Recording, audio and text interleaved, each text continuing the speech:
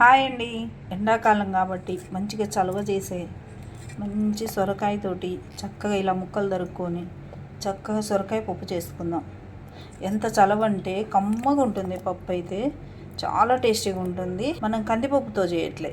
ఈ సొరకాయ పప్పు మంచిగా తరుక్కొని నీళ్ళలో వేసుకోవాలి. ఇలా సొరకాయ లేత సొరకాయ అయితే ఇంకా బాగుంటుంది. మనం పప్పు ఎలా చేసుకుందామో చూపిస్తా. కందిపప్పుతో కాదు అని చెప్పా కదా నేను. ఇగో ఈ గ్లాస్ తీసుకున్నా. పెసరపప్పు పోసుకుందాం. ఎండాకాలం పెసరపప్పు చాలా చలవ. గ్లాస్ చూపించా కదా, గ్లాస్ నిండా తీసుకుందాం. కందిపప్పు కొలత వేరండి, పెసరపప్పు కొలత వేరు. పెసరపప్పు ఏమవుతుందంటే కొంచెం ఒదిగి ఎక్కువ అవుతుంది, పప్పు ఎక్కువ వస్తుంది. కందిపప్పు ఏమో 4 మెంబర్స్కి ఈ గ్లాస్తో పోస్తే కరెక్ట్గా సరిపోతుంది. కానీ ఇది ఒకవేళ నైట్కి కూడా కొంచెం మిగులుతుంది. ఎందుకంటే పెసరపప్పు ఒదిగి ఎక్కువ కందిపప్పు కంటే. ఇది నాటుపప్పు, చాలా చలవ చేస్తుంది పప్పు మాత్రం. ఇది సమ్మర్కి మంచి దాల్ చెప్పొచ్చు. దీన్ని చక్కగా కడిగి తీసుకొచ్చాను. ఒక 3-4 టైమ్స్ కడిగాను పప్పుని. నాటుపప్పు ఇది చూడేసి నాటుపప్పుకి హైబ్రిడ్ పప్పుకి తేడా ఏంటంటే నాటుపప్పు చాలా చిన్నగా ఉంటుంది, హైబ్రిడ్ పప్పు ఏమో కొంచెం పెద్దగా ఉంటుంది. మనం స్టవ్ వెలిగించుకొని కొంచెంసేపు దీన్ని ఉడకబెట్టుకోవాలి. ఇవి పచ్చిమిరపకాయలు. మనం ఒక గ్లాస్ వేసుకున్నాం కదా పప్పు, దానికి ఒక 4 కానీ 5 కానీ తీసుకోవాలి. ఇట్లా 4 మిర్చిని తరిగేసాను నేను. పప్పు ఉడుకుతుంది చూడండి, కొంచెం లైట్గా వేడెక్కింది, పొంగు వచ్చేసింది. తరుక్కున్న మిర్చి ఉన్నాయి కదా, ఇవి వేసేసుకోవాలి. ఇది కరివేపాకు. ఇలా మంచిగా కడుక్కొని నీళ్లు వంచేసుకొని పప్పులోకి వేసేసుకోవాలి. ముద్దే వేసేసుకోవాలి. చక్కటి అరోమా వస్తుంది పప్పులో. ఇప్పుడు మనం తరుక్కున్న ముక్కలు ఉన్నాయి కదా, ఈ ముక్కల్ని చక్కగా దీంట్లో వేసుకోవాలి పప్పులో. అసలు ఈ పప్పు ఒకసారి చేసుకొని తినండి, ఎంత టేస్టీగా ఉంటుందంటే చెప్పలేను.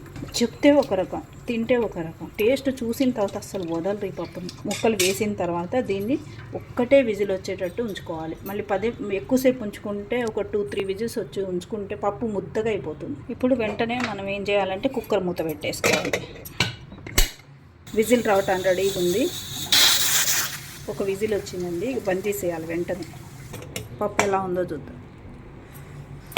ఉప్పు ఎంత బాగా ఉడికింది చూడండి. ఇప్పుడు దీంట్లో ఏం చేయాలంటే స్టవ్ వెలిగించకూడదు ఫస్ట్.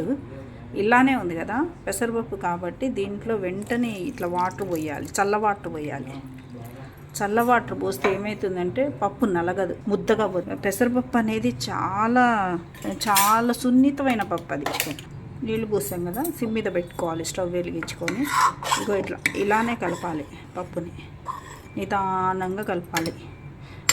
మన చేతుల్లో ఉన్న బలం అంతా పెట్టకూడదు అసలు పెసరపప్పుని కలపకపోవటం కూడా మంచిదే.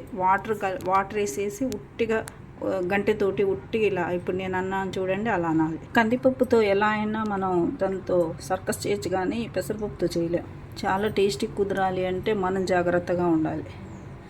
ఇది పసుపని పోగా ఇలా కలుపుకోవాలి, నలపకుండా ఇలా కలుపుకోవాలి. పప్పు చూసారా బద్దలు ఉంది, అలా పప్పు కనిపించాలి. పప్పుని అస్సలు కలపొద్దు, స్టవ్ మీద లైట్గా పెట్టి ఉడికేయాలి అంతే. ఇప్పుడు మనం మూకుడు పెట్టుకొని కొంచెం ఆయిల్ వేసుకుందాం. అప్పడాలు వేయించుకోవాలంటే దాల్లోకి చాలా బాగుంటాయి అప్పడాలు. ఇట్లలో ఆయిల్ వేసా కదా, అవి వేసుకొని ఇట్లా వేయించుకొని అందులో కొంచెం నూనె వేసుకొని దీంట్లో కొంచెం ఆవాలు వేసుకోవాలి. ఇంత జీలకర్ర వేసుకోవాలి.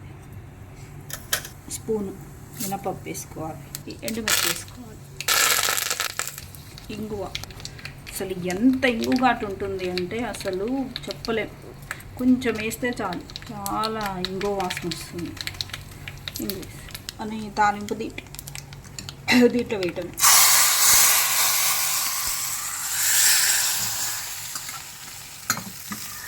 దీంట్లో మనం కారం అట్లా ఏమీ వేసుకోక్కర్లేదు.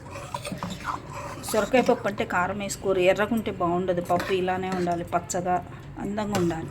చూడండి పప్పు ఎలా ఉందో. ఈ పప్పు ఇంకొక నిమిషం స్టవ్ మీద పెట్టేసేసి బంద్ చేసుకోవాలి. కొంచెం వేడెక్కేదాకా పెట్టేసుకొని బంద్ చేసుకోవాలి. అసలు వేడి అన్నంలో ఈ పప్పు వేసుకొని నెయ్యి వేసుకొని తింటుంటే అసలు ఎంత బాగుంటుందంటే. కొత్తిమీర పైన ఇట్లా గార్నిష్ చేసుకోవాలి. చపాతీలోకి బాగుంటుంది, పూరీలోకి బాగుంటుంది, పుల్కాల్లోకి బాగుంటుంది. ఇలా ఉండాలి పప్పు.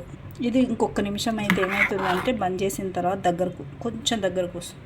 కొంచెం గంటె జారుడుగా ఉంది కదా, కొంచెం దగ్గరకు వస్తుంది. ఇది అసలు మీరు పుల్కాలలో పెట్టుకొని తినండి, రైస్లో కానీ పుల్కాలలో కానీ చపాతీలో కానీ కత్తిలా ఉంటుంది. చూడండి ముద్దగాలి చూసారా పప్పు.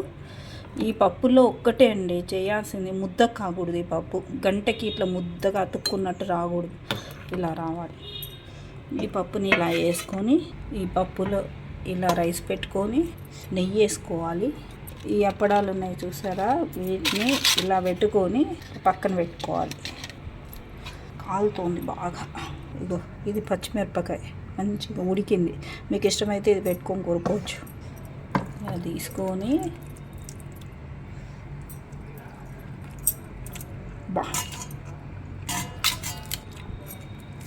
ఈ అప్పడాన్ని ఇలా కొరుక్కొని